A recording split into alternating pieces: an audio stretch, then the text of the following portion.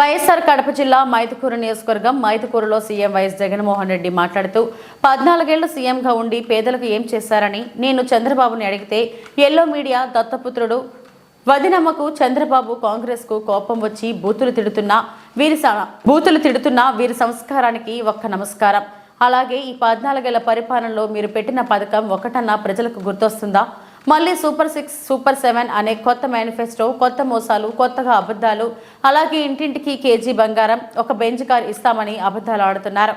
అలాగే మళ్ళీ మన వాలంటీర్లు రావాలన్నా, మన పిల్లల చదువులు బాగుండాలన్నా, మన వ్యవసాయం బాగుండాలన్నా, మన హాస్పిటల్స్ మెరుగుపడాలన్నా 2 బట్టనలోకి 175కు 175 అసెంబ్లీ స్థానాలు, 25కు 25 పార్లమెంట్ స్థానాలు తగ్గడానికి వీలే లేదని, మీరంతా సిద్ధమేనా అని మన మైదుకూరు ఎమ్మెల్యే రఘురామరెడ్డి అన్న మనకు బాగా పరిచయస్తుడు, నాకు తండ్రి లాంటి వాడు అని ఎమ్మెల్యేగా గెలిపించాలని కోరుకుంటున్నాం.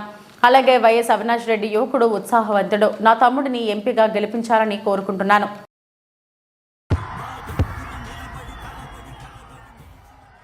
మైదుకూర్ సిద్ధమా?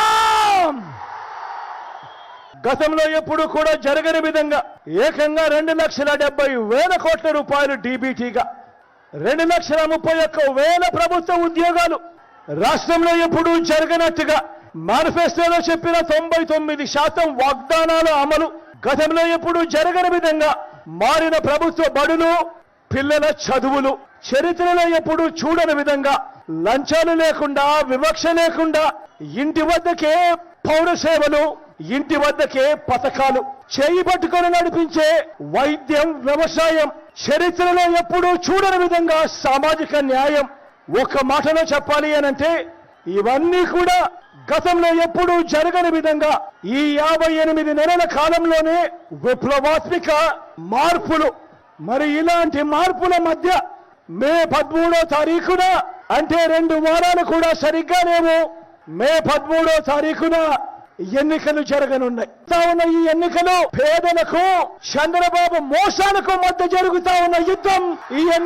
ఈ ఎన్నికల్లో జగన్ గెలుపుకు అర్థం ఈ విప్లవాత్మక మార్పులు, ఈ పథకాలన్నీ కొనసాగింపు, మరింతగా 2 అడుగులు ముందుకు అడుగులు వేయటం. అదే పొరపాటున చంద్రబాబుకు ఓటు వేస్తే దాని అర్థం పథకాలన్నీ ముగింపు, మళ్ళీ మోసపోవటమే. ఈ మధ్యనే చంద్రబాబు వయసు 75 దాటింది. ఇంత జీవితం వెన్నుపోట్లు, మోసాలు, అబద్ధాలతోనే, కుట్రలతోనే గడిచిపోయింది. కనీసం ఇప్పుడైనా కూడా వయసు పెరిగింది కదా, 75 సంవత్సరాలు వచ్చాయి కదా, కనీసం ఇప్పుడైనా కూడా మనిషిలో పశ్చాత్తాపం కనిపిస్తుందా అని చూస్తే అలాంటి మంచి లక్షణం ఒక్కటైనా కూడా ఈ బాబులో వచ్చింది లేనే లేదు. 14 ఏళ్లు ముఖ్యమంత్రిగా చేశావంటావు కదయ్యా, 3 సార్లు ముఖ్యమంత్రిగా చేశానంటావు కదయ్యా. మరి నీ పేరు చెబితే ఏ పేదవాడికైనా కూడా నువ్వు చేసిన మంచి ఒక్కటంటే ఒక్కటైనా గుర్తుకు వస్తుందా చంద్రబాబు అని అడుగుతా ఉన్నాను ఈ పెద్ద మనిషి చంద్రబాబు నాయుడును. మీ బిడ్డ, మీ జగను, నేను ఇలా అడిగితే అందుకు చంద్రబాబుకు కోపం వస్తా ఉంది, బాగా కోపం వస్తా ఉంది.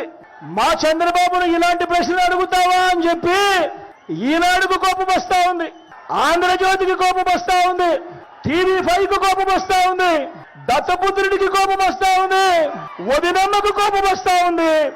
వీరందరికీ కూడా పిచ్చిగా కోపం వస్తా ఉంది. వీరితో పాటు చంద్రన్న కాంగ్రెస్ కు కూడా కోపం వస్తా ఉంది. మనకు కౌంటర్ గా వాడు కూడా లిస్టులు జరుగుతా ఉన్నారు. కాకపోతే ఆ లిస్టులు స్కీముల లిస్టులు కాదు, ఆ లిస్టులు నా మీద తిట్లు, నా మీద శాపనార్థాలు, బెదిరింపులు, బూతులు, అబద్ధాల లిస్టులు. ఇవి గడగడా చదివేస్తా ఉన్నారు ప్రతి రోజు కూడా. నేను అడుగుతా ఉన్నా, అయ్యా మీ సంస్కారానికి ఓ నమస్కారం అని చెప్పి ఈ రోజు వారందరితో కూడా చెప్తా ఉన్నా. ఏందని దారుణంగా మాట్లాడుతా ఉన్నారో తెలుసా వీళ్ళంతా?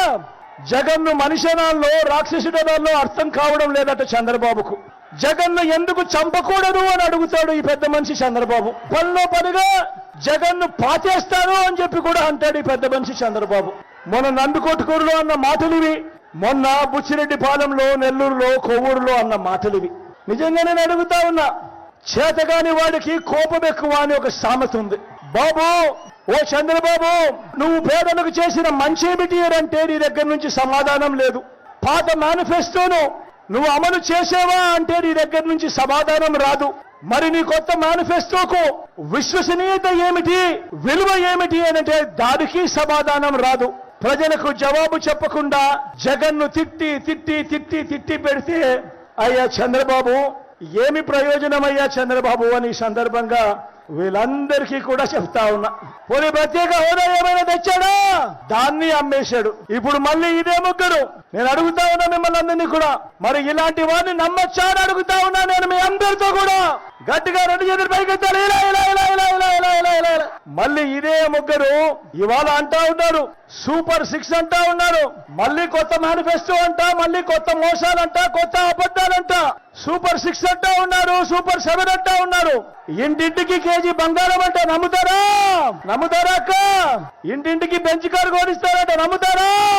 ప్రతి ఒక్కరిని కూడా ఆలోచన చేయమని కోరుతా ఉన్నా.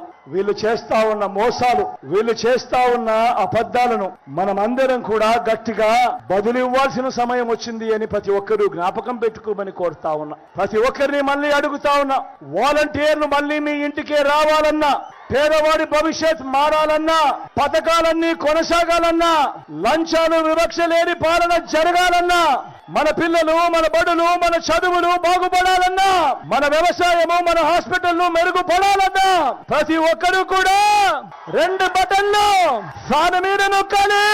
175కు 170 అసెంబ్లీ స్థానాలు, 25కు 25 ఎంపీ స్థానాలు తగ్గడానికి వీలే లేదు. మీరంతా సిద్ధమేనా?